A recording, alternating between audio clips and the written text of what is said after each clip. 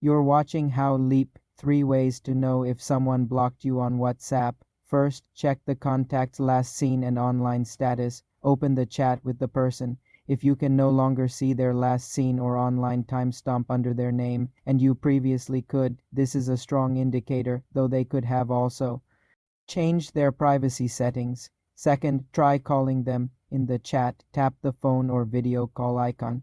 If the call does not go through at all and fails immediately every time, while your calls to other contacts work, this suggests you are blocked. A blocked call will not even ring. The third way is to check group interactions. If you are both in a common group, you will still see their messages in the group. However, if you try to add them to a new group, you will receive an error message saying you are not authorized to add this participant, which can indicate a block. Additionally, look for a single gray tick. Messages you send will always show one gray tick sent but will never show the second gray tick delivered or blue ticks read. Profile picture changes are also a clue.